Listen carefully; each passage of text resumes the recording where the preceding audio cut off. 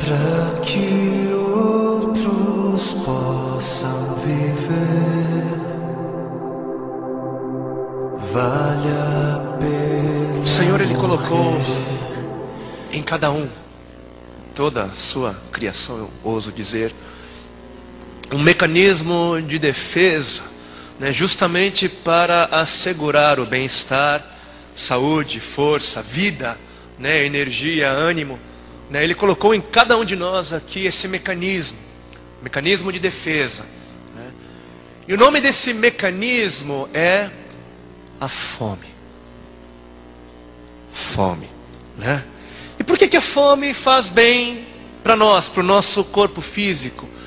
Porque sem fome, primeiro, se nós não sentíssemos fome, nós não comeríamos, né? Ou pelo menos não iríamos querer comer, né? Não teríamos o desejo por comida. E segundo, se nós não sentíssemos fome, nós não teríamos o prazer, né, em comer. Nossa, como foi bom comer aquela carninha, né, ali no restaurante à tarde, né? Sem fome não seria agradável comer. Ninguém gosta de comer sem fome. Eu não gosto, né? Comer sem fome. Então, se nós não sentíssemos fome, nós acabaríamos, muito provavelmente, né, acabaríamos ficando fracos, raquíticos, e muitos morreriam ao longo do caminho pela falta dos nutrientes que vêm dos alimentos, né? Em algum lugar, certa vez, eu ouvi dizer que o instinto da fome é o mais poderoso de todos os instintos. Que, por exemplo, o instinto sexual não chega nem aos pés do poder do instinto da fome. Tanto é que a primeira coisa que nós vamos fazer ao nascer é mamar. O meu segundo filho, ele tem um pouquinho mais de 1 ano. Eu me lembro quando ele foi trazido ali no quartinho da maternidade, né? Ele já chegou sugando e não parou até agora. É uma maquininha poderosa de sucção, né? Ele mama, né? Uma coisa assim, né? Mas seja no mundo humano ou no mundo natural, uma das primeiras necessidades que vem bater a porta e nos mostrar que estamos vivos é a fome. E o instinto da fome é algo tão forte, mas tão poderoso, que eu particularmente gosto de crer que até o diabo usou da fome ali na hora de tentar Adão e Eva no jardim do Éden.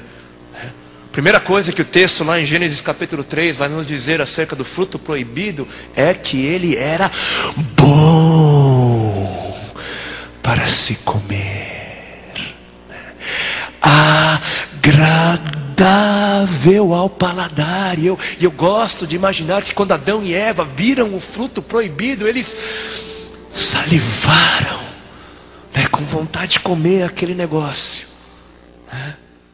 O pecado, se a gente parar para pensar, o pecado entrou na história do homem por causa do seu estômago. O primeiro pecado acontece por causa de comida. Por causa de comida. E é claro que eu não quero aqui na presença do pastor e Senhor das câmeras, né, trazer uma heresia sobre a igreja e dizer que Adão e Eva tinham pecado porque não tinham tomado café da manhã, né? Não é esse o ponto, né? Eu digo isso apenas para colocar à tona, tá? Para mostrar, para salientar o quão forte, o quão poderoso é o instinto da fome. E por que é forte? Porque é algo necessário, né? É algo vital, né? Fome física é algo extremamente importante para o nosso bem-estar. Só que não é, obviamente, sobre fome física que nós vamos tratar aqui nesta tarde. Hoje nós vamos falar de uma outra espécie de fome, de um outro tipo de fome. Da fome por Deus, da fome pelo reino, da fome pela realidade, da fome pela justiça do Senhor. Porque assim como fome física é importante para o nosso bem-estar, a fome espiritual também é de extrema importância. Aliás, seria muito melhor não ter fome por comida do que não ter fome por Deus. Seria muito melhor não desejar comida do que não se desejar a Deus. Porque sem fome de Deus não há desejo de se buscar a Deus. Sem fome de Deus não há prazer. Não há prazer em se estar com Deus. Sem fome de Deus não há prazer em se alimentar do pão que desceu e continua a descer do alto do pão da vida. E porque muitos não têm fome, muitos são fracos, raquíticos espiritualmente, e o Senhor tenha misericórdia, para que eles não morram ao longo do caminho, por não se alimentarem do pão da vida.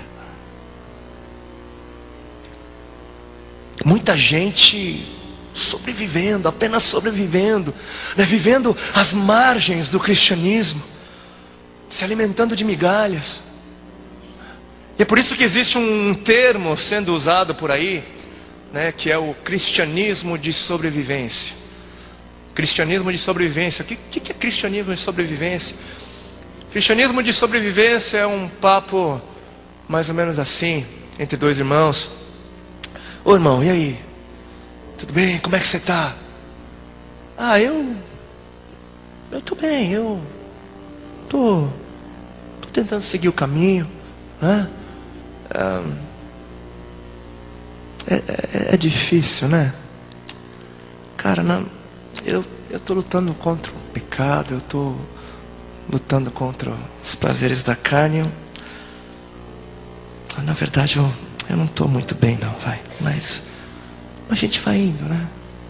Deus é bom, né? A gente vai se arrastando, a gente vai sobrevivendo, né? Mas Deus é bom, né? Glória a Deus. Cristianismo de sobrevivência. Tem cura? Eu creio que tem. Fome de Deus, fome pelo reino, fome pela realidade de Deus. Quem tem fome de Deus não se satisfaz em apenas sobreviver. Quem tem fome de Deus busca a abundância de vida prometida por Cristo Jesus. Porque Jesus veio e morreu na cruz para que tivéssemos abundância de vida, muita vida. É o ladrão que vem para roubar, matar e destruir, mas o Senhor veio para trazer a abundância, muita vida e não sobrevivência. Muita vida. Tudo que não parece abundância de vida tem que gerar algo, tem que gerar fome e nos fazer correr atrás de Deus. Tudo que tem cara de roubo, morte e destruição tem que nos fazer correr atrás daquele que prometeu muita vida. Muita vida. Você tem corrido? Onde estão os que têm corrido? Onde estão?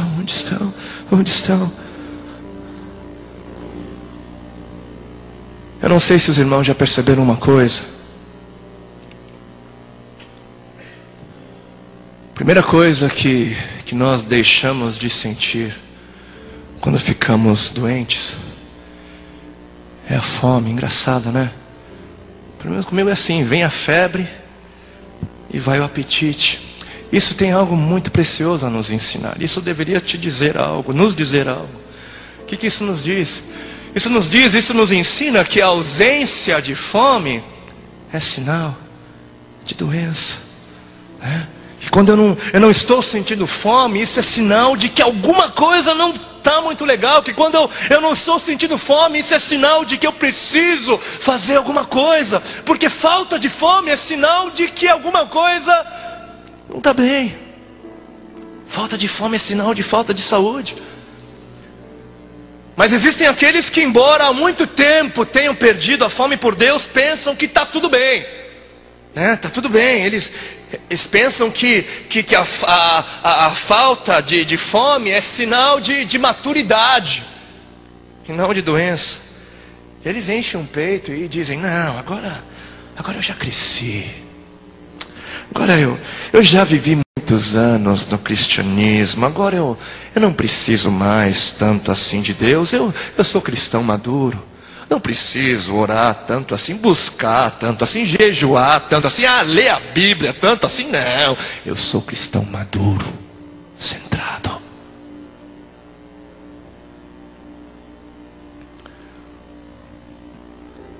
Falta de fome é sinal de que algo não está bem. Precisamos de mais fome. Mais fome de Deus. Mais fome pelo pão da vida. Mais fome pelo reino, por sua realidade, por sua verdade. verdade. Só que quando eu falo de fome, eu não estou falando do tipo de fome que você sente entre as 3 refeições do seu dia. É esse o tipo de fome que nós precisamos ter por Deus. É esse tipo de fome, porque pessoas famintas não pensam em outra coisa a não ser no objeto da sua fome. Elas não têm, pessoas com fome de Deus não têm cabeça para outras coisas. Não é que elas não namorem, não estudem, não se casem, não trabalhem, não é isso. Mas em tudo que elas fazem, elas têm outra prioridade. Elas estão sonhando com outras coisas. Aquilo lá não é o objetivo delas. Elas veem mais, elas buscam algo que está por trás daquilo tudo. Tem outras prioridades. Pessoas famintas, elas perdem o sono, elas não conseguem dormir sem antes estar, sem antes se render, sem antes beber, sem antes estar com o Senhor na sua palavra. Não consegue. Pessoas famintas não têm tempo para o pecado, para os vícios. Eu só consegui parar de fumar e parar de fazer outras coisas mais porque a fome pelo Senhor foi maior. E é assim que funciona conosco, com cada um. Pessoas famintas são proativas. Elas se mexem, elas reagem, elas fazem alguma coisa.